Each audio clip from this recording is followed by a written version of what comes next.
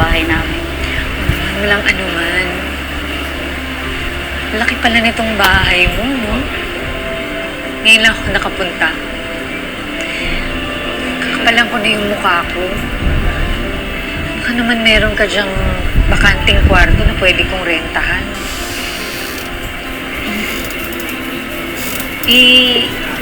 Luma na tong bahay namin eh. Puro nangaanay. Pagkatapos ko kasing masunugan, sa simbahan na lang ako nakikituloy. Wala na rin kasi akong pamilya dito eh.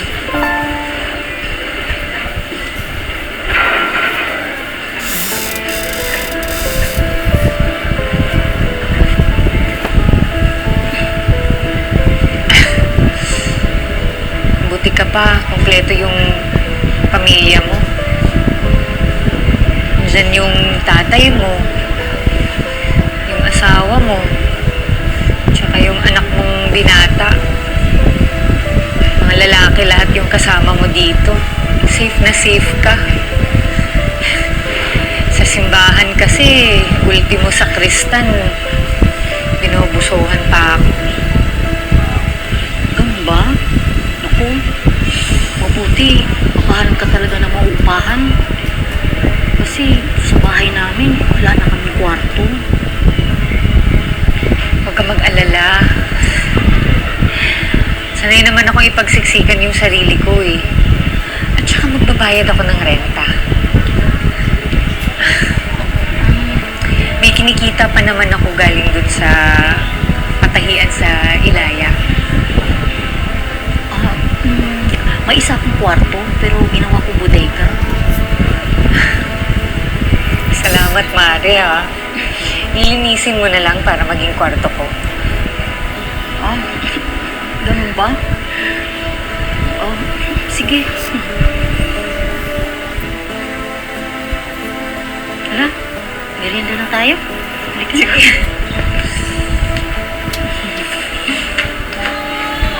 Halika. Ayun na. Ayun. Yan. Yung yung juice.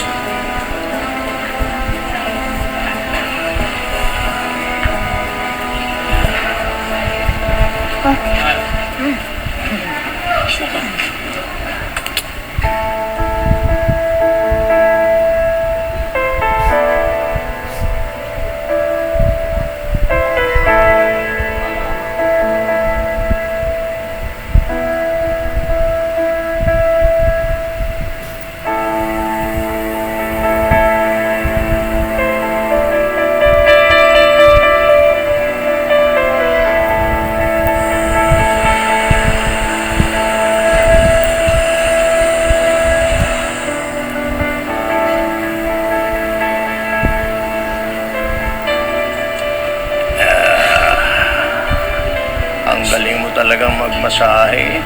Ang sarap. Isang linggo ka pa lang dito, tinaga mo na yung pakiramdam ko. Actually, ang karding papasok nga sana ako dun sa spa eh. Kaso lang, wala kasi ako ng trabaho sa patahian. Wala tuloy akong pambayad ngayon ng renta sa anak mo. Kailangan mo ng pambayad ng renta. Oo.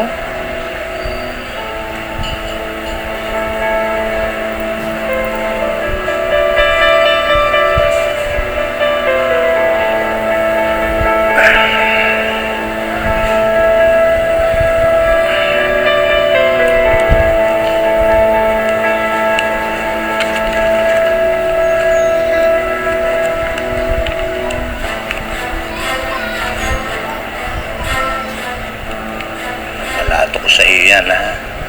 Nanalo ko sa sabong. Pero, huwag mong sasabihin kay Cherry na sa akin galing yan.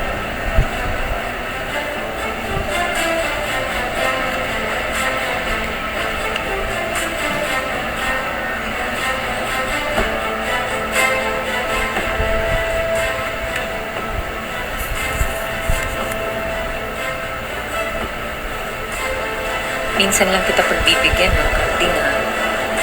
Huwag kang aabuso. At huwag kang maingay.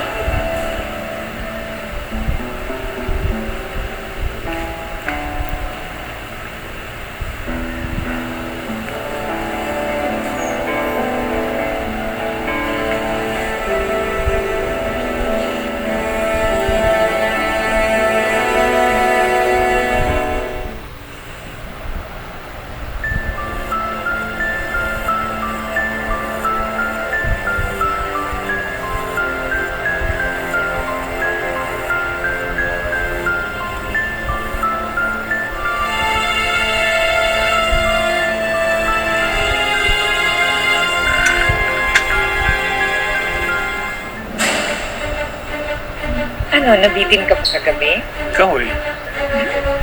Pinasasabit mo. Buti hindi tayo nahuli ng asawa mo.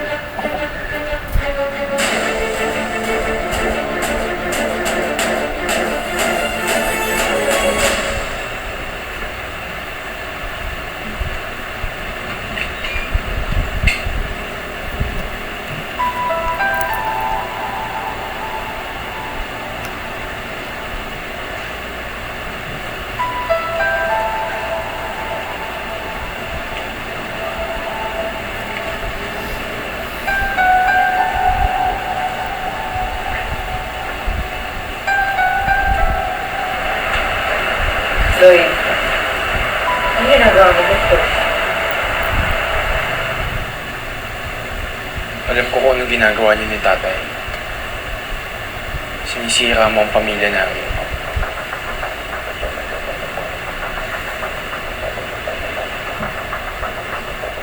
Nakangiti ka pa.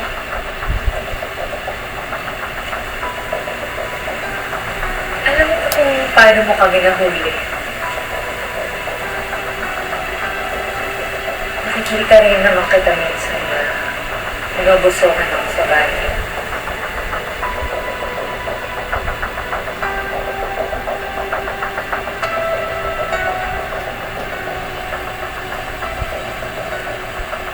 Anong gagawin natin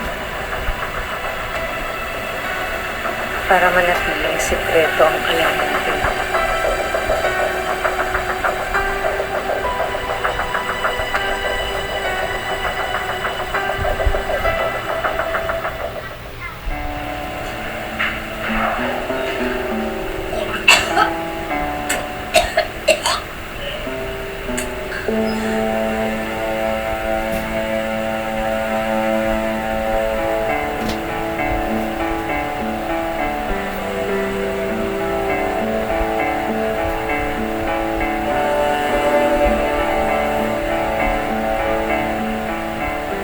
Uy, Madel, paano ka?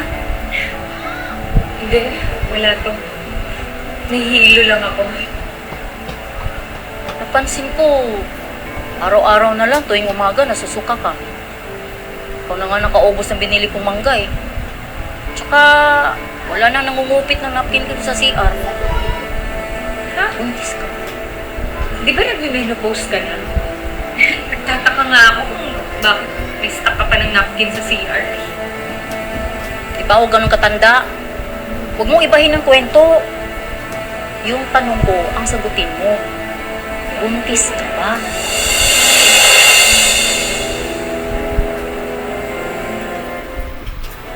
Paano nangyari yun eh? Wala ka namang nobyo. Madel.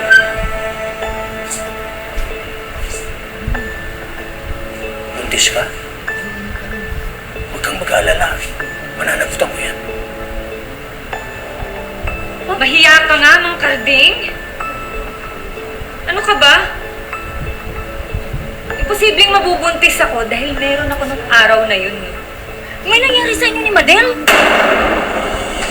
Tay! Ano to, Tay? May nangyari sa inyo? Madel!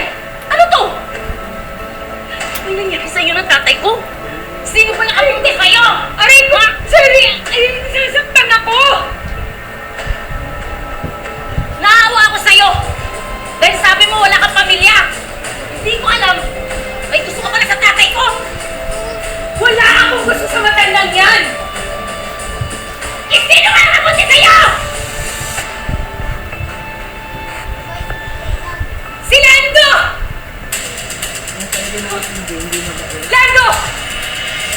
Abutan mo tong batang to!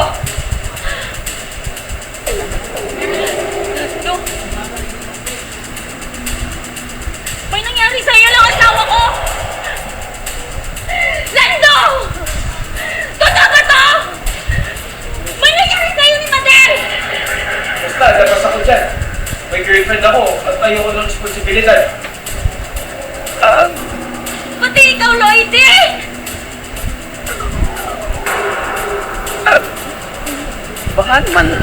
Baka hindi ka naman buntis, Madel. Importante pa ba yung Lando? Sintado ka na naman nangyari sa'yo ni Madel! Na kaibigan ko! Na pinatuloy ko dito sa pamamahay ko! Na hindi ko alam! Nagpatira pala ako dito ng sa pamamahay ko! Iya ka, Madel! Wala iya! Wala iya! Wala iya ka! Wala iya ka! Wala iya ka! Wala iya ka! Wala iya ka! Bitawan mo! Bitawan mo! Wala iya ka! Hindi ko kasalanan na naakit silang tatlo sa akin. Ha? Palibhasa kasi, manang ka. Losyang ka na.